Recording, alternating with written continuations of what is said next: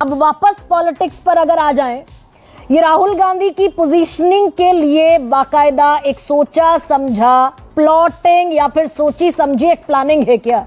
भाई इसके जरिए centre of attraction in the India alliance Rahul Gandhi बनते हुए दिख रहे हैं।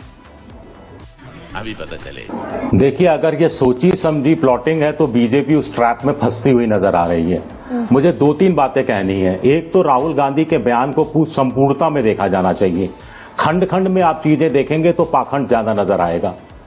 दूसरी बात है कि राहुल गांधी ने कुछ भी नया नहीं कहा है। इससे पहले भी ये बातें कहते रहे हैं, विदेश जाकर भी ये बातें कहते रहे हैं। तो आखिर बीजेपी इस बार इतनी तीव्र प्रतिक्रिया क्यों व्यक्त कर रही है? इसकी मुझे दो वजह नजर आती हैं।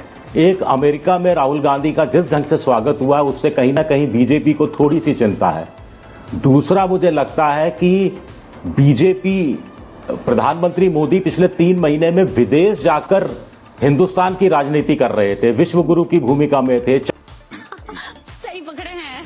4 दिन पहले पुतिन का स्टेटमेंट आता है कि यूक्रेन और रूस के युद्ध में चीन, ब्राजील और भारत को वो मध्यस्थ देशों के रूप में देखते हैं। और राहुल गांधी अमेरिका जाकर ये सारी जो राजनीति है इसको पंचर कर देते हैं। मुझे लगता है कि बीजेपी को चिंतित इस बात से होना चाहिए कि राहुल गांधी जब छात्रों को संबोधित कर रहे थे, वहां की भारतीय जनता को संबोधित कर रहे थे, तो उनकी बात पर तालियां क्यों पीटी जा रही थी?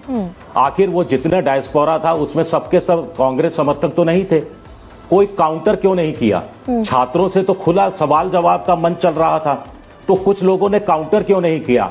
कुछ लोगों ने राहुल गांधी को क्यों नहीं कहा कि आप मोदी की और आरएसएस की गलत आलोचना कर रहे हैं? लेकिन ये लोकसभा चुनावों की वजह से लेकर ये लोकसभा चुनावों की सक्सेस को बहुत हाइप देने की कोशिश भी है क्या? कि भाई हमने मोदी को डरा दिया, हमने बीजेपी को डरा दिया, हमने आरएसएस को डरा दिया, बहुत हाइप भी क्रिएट किया जा रहा है क्या? मैं तुम्हें अभी समझाता हूं।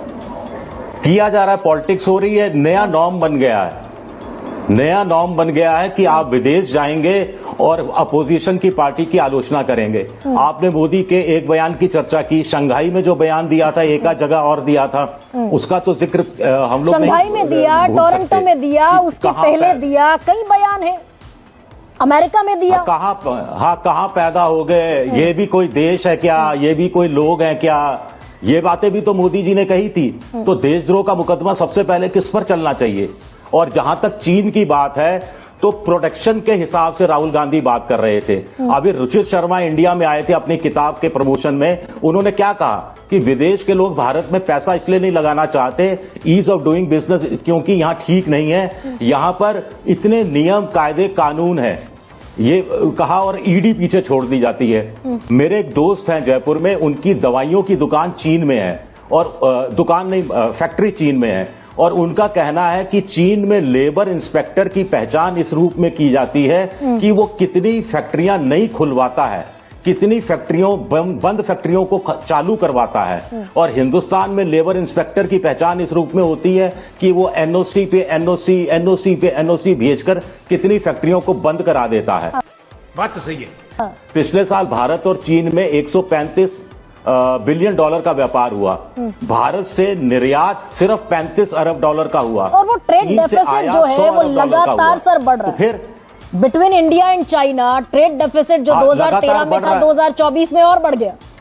लेकिन शिवम, और जो चीन की जो अर्थव्यवस्था थोड़ी सी खराब हुई है, तो वहां फैक्ट्रियां शिफ्ट होनी शुरू हुई हैं, उसमें भी भारत के हिस्से में ज्यादा लोग नहीं आ रहे। ठीक है सर, शिवम, जो है ये जो संविधान का नैरेटिव है, यही बौखलाहट का असल, ठीक है सर शिवम, बौखलाहट का असल जो कारण है वो यही है क्या कि विपक्ष का संविधान का नैरेटिव खत्म करने का नैरेटिव बीजेपी को असहज कर गया। 63 सीटों का नुकसान, अभी 2 राज्यों में चुनावी बिगुल, और परीक्षा, अग्नि परीक्षा अभी बहुत सारी और सामने। अगेन 3-4 अलग अलग चीजें हैं। विजय विद्रोही जी ने कहा ये राहुल गांधी का जो स्वागत विदेश में हुआ, इस वजह से भारतीय जनता पार्टी जो है थोड़ा सा चिंता में है, थोड़ा परेशान है।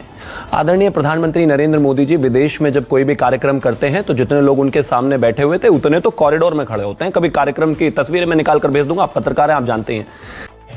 अच्छा। समाजवादी वाले प्रवक्ता ने कहा कि भाई गर्मा का डेटा गलत, उसका गलत। मैंने किसी का कहा ही नहीं गलत है, आप सुनते नहीं है, प्रॉब्लम यही है। मैंने कहा कि वो इस साल के इस महीने की बात कर रही हैं और मैं 2022 और 2023 की बात कर रहा हूं। अब तीसरी चीज पर आता हूं। देखिए, चाइना के आगे हिंदुस्तान की अगर बात करें तो ये तो अपने आप में बेईमानी है, हा हा हा, ये आशुतोष जी ने कहा। लेकिन एक सच्चाई ये भी है कि अगर मैं बात करूं ग्रोथ की भी खास तौर पर, तो अमेरिका 2.5% के हिसाब से बढ़ रहा है, भारत 8% के हिसाब से बढ़ रहा है, चाइना 5.2% के हिसाब से बढ़ रहा था 2022 में। 2023-24 की भी अगर मैं बात करूं तो भारत 7% के हिसाब से बढ़ रहा है, अमेरिका 2.6% के हिसाब से बढ़ रहा है, और अगर चाइना की बात करूं तो 5% के हिसाब से बढ़ रहा है। ईज ऑफ डूइंग बिजनेस की बात करें, आई 100% अग्री। 134-35वें स्थान पे थे हम 2013 में, 61 स्टैंड पे हैं, 61वें स्थान पर हैं। हमने इंप्रूव किया है। आपने कहा कि इस तरह की तमाम चीजें, बिल्कुल सही बात है भाई, एक एक चीज पर बात करने के लिए तैयार है, लेकिन फैक्चुअली सही होना इंसान को पड़ेगा, ये रियलिटी है। लेकिन और अब एक और चीज, थोड़ा सा पॉलिटिक्स पर आ जाइए, क्योंकि समय कम है। बिल्कुल आइए। शिवम, ये बताइए ना कि ये संविधान का नैरेटिव बीजेपी को मुश्किल पड़ा क्या भाई? एक झटके में 63 सीटें आपकी खत्म हो गई, एक झटके में। बोल एक झटके में हम और जो आपके है, अपने लोग कह रहे हैं 400 पार का गुब्बारा ले डूबा। मैं मानता हूं कि एक झटके में हमने 2014 में सरकार बनाई थी, एक झटके में हमने 2019 में सीटें बढ़ाई थी, और एक झटके में ही फिर से हम 2024 में सरकार में आ गए। राहुल गांधी भारतीय जनता पार्टी से जब कंपीट कर सके, कर पाए, अगर कर पाए जीवन में तो बहुत बड़ी बात है। वो अपने सबसे पहले अपने नाना जी, परनाना जी, दादी जी, पिताजी, अगर उनसे भी कंपैरिजन कर लेना तो एकदम अपने आप ही आंखों के सामने आईना आकर खड़ा हो जाता है कि अभी तो आप अपने परिवार की सीटों को ही क्रॉस नहीं कर पाए हो। आप सब तमाम हाइपोथेसिस और तमाम डेटा और तमाम दुनिया भर का महिमा मंडन करने के बाद ग्राउंड रियलिटी यह है कि कांग्रेस अपने जीवन की तीसरी सबसे बुरी स्थिति में है अभी भी, और ये लीडरशिप राहुल गांधी के सामने ही हुई है। शिवम, ग्राउंड रियलिटी ये भी है कि 90 दिन में 5 फैसले बदलने पड़ गए मोदी सरकार। मैंने तो फीडबैक वाली सरकार है, इसमें कहीं कोई प्रॉब्लम नहीं है। अब देखिए ना, एक ही बात में दो नहीं हो सकती कि एक तरफ तानाशाह थे, तानाशाही छोड़नी पड़ेगी, यानी कि आपके हिसाब से अब छोड़ दी तो अभी भी अच्छे नहीं और तब भी अच्छे नहीं, ऐसे नहीं चल सकता। सरकार हो गई 303 पर फीडबैक वाली सरकार नहीं, तब भी फैसले वापस हुए। लड़ाई